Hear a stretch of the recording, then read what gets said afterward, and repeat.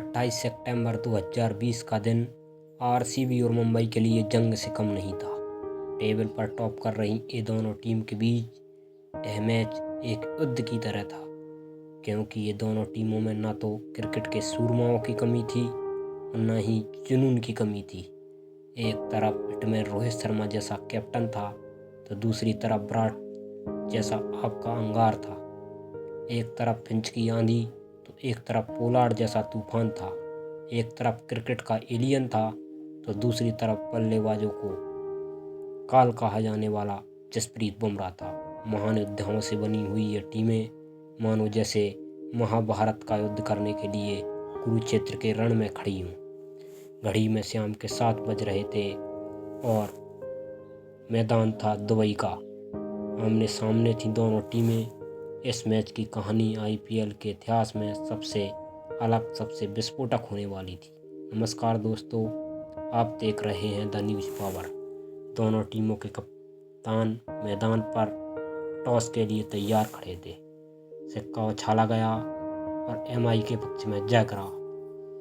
Due factor का ध्यान में रखते हुए कप्तान हिटमैन ने पहले गेंदबाजी करने का फैसला किया और पहले बल्लेबाजी का न्योता पाकर आरसीबी टीम ने अपना ओपनिंग करने के लिए देवदत्त पाडिक्कल के साथ अनुभवी आरोन फिंच को मैदान में उतार दिया।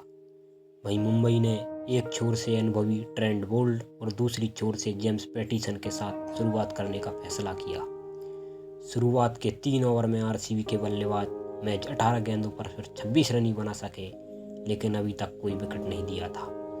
मुंबई ने अपने बनाए प्लान के अनुसार गेंदबाजी न होते देख कैप्टन हिटमैन ने अपने स्पिनर को मोर्चा संभालने के लिए बुलाया, लेकिन आरसीबी के तूफान के सामने ये भी ज़्यादा टिक न सका।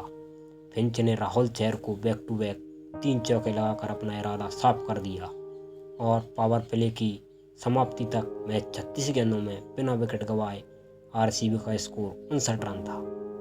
फिंच भी मार लगातार जारी थी और कप्तान हिटमैन का हर प्लान विफल साबित होता दिख रहा था। ऐसे में कैप्टन हिटमैन ने अपनी टीम के मास्टरमाइंड जसप्रीत बुमराह को आक्रमण पर उतार दिया। 8वें ओवर में अर्धशतक जमा चुके आरोन फिंच 9वें ओवर में करन पोलार्ड के हाथों अपना कैच दे बैठे। फिंच के आउट होने के बाद मानो आरसीबी की रनगति धीमी पड़ गई हो। जो रन रेट 9 के करीब था, वही रन रेट घटकर अब 7.5 पर आ चुका था। उसी वक्त कैप्टन विराट ने अपना विकेट खो दिया। एक बेहतरीन शुरुआत के बाद आरसीबी अपने बैक टू बैक 2 विकेट खो चुकी थी। अब टीम की पूरी जिम्मेदारी मिस्टर एबी डिविलियर्स पर थी और मैदान पर एंट्री हुई मिस्टर 360 डिग्री की।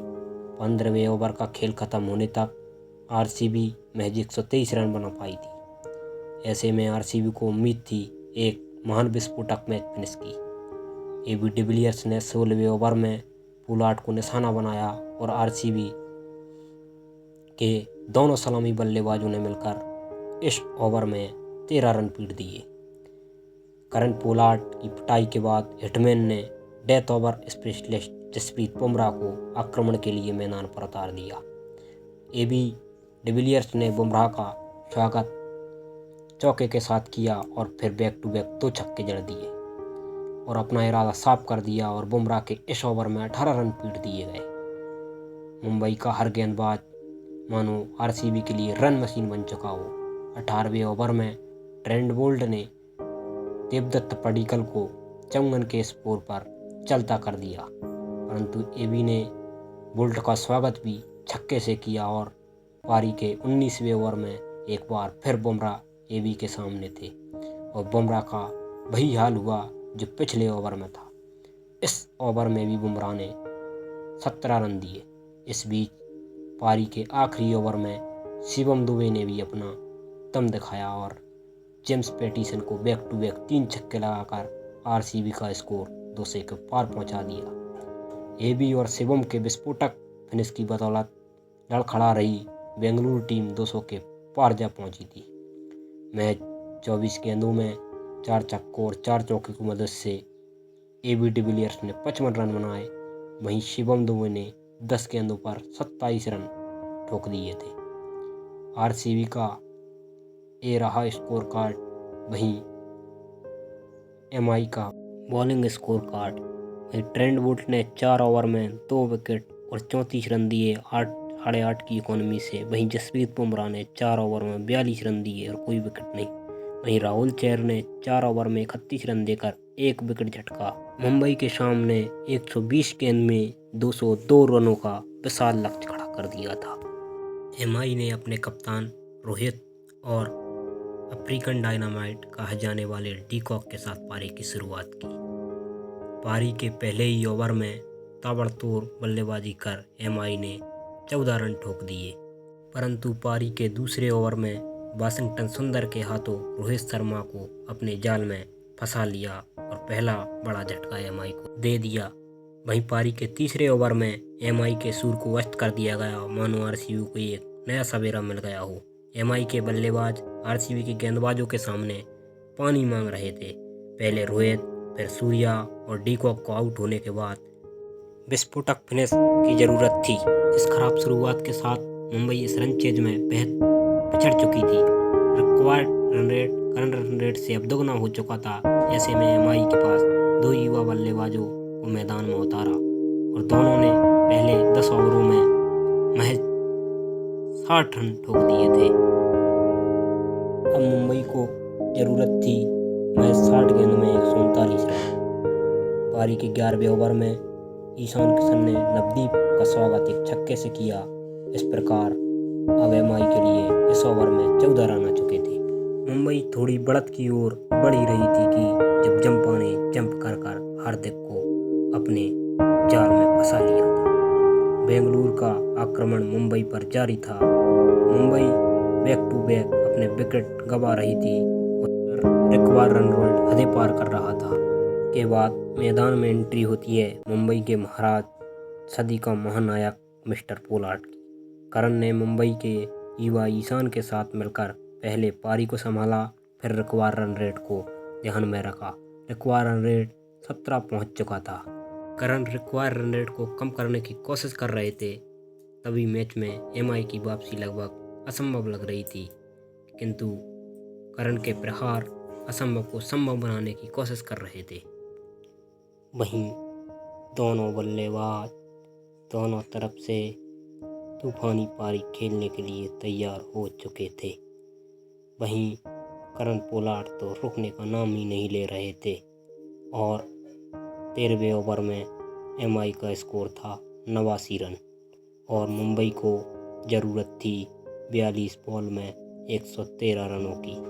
तभी एडम चंपा को ईशान किशन ने एक लम्बा छक्का जड़ दिया और युजवेंद्र चहल को भी एक लम्बा छक्का जड़ ईशान किशन ने अपने युवा होने का दावा पेश कर दिया और करण पोलार्ड ने भी वहीं लगातार बल्लेबाजी जारी रखी और एमआई का स्कोर 112 रन 15 ओवर में पहुंच चुका था और दोनों ने कमर कस ली थी और इसी के तहत 122 रन वहीं रिक्वायर्ड रेट 20 के पार पहुंच चुकी थी और 16 ओवर समाप्त हो चुके थे।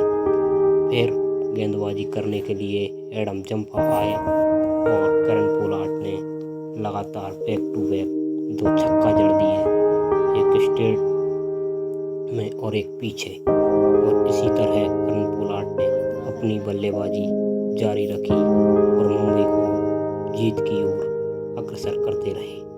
जब तक करण पोलार्ड जीवित थे, मानो कि मुंबई की उम्मीदें अभी मैच में बरकरार हों।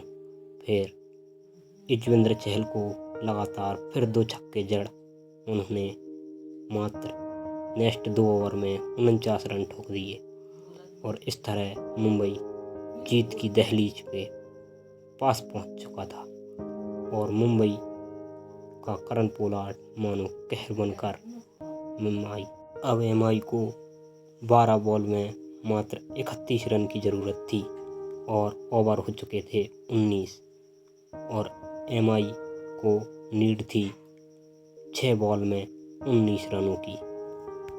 19वें ओवर की फर्स्ट बॉल पर 1 रन, उसी तरह दूसरी बॉल पर 1 रन और तीसरी बॉल पर ईशान किशन ने लंबा 6 जड़ दिया लॉन्ग ऑन के ऊपर से। इसी तरह पर अगली गेंद पर लंबा 6 के कारण ईशान किशन कैच दे बैठे और वहीं पर ईशान किशन की पारी समाप्त हुई और मुंबई इंडियंस को 1 बॉल पर 5 रन की जरूरत थी। तब अब क्रीज पर थे करण पोलार्ड और करण पोलार्ड ने चौका मार मैच को बराबर कर दिया 201 रन और मैच पहुंच चुका था अब सुपर ओवर की ओर। तो वहीं सुपर ओवर की शुरुआत होती है और मुंबई उतारती है करण पोलार्ड और हार्दिक पांड्या को। ये दोनों सलामी बल्लेबाज मात्र 1 ओवर में 7 रन बना पाते हैं और आरसीबी को 6 बॉल में 8 रन की जरूरत थी, लेकिन यह भी उनके लिए आसान नहीं होने वाला था। जसप्रीत बुमराह को मुंबई की तरफ से गेंद थमाई गई और आरसीबी की तरफ से एबी डिविलियर्स, विराट कोहली मैदान में थे। दोनों ने मैच को फिनिश कर दिया और वहीं मुंबई की तरफ से करण पोलार्ड ने 60 रन बनाए थे और ईशान किशन ने 99 रनों की तूफानी पारी खेली।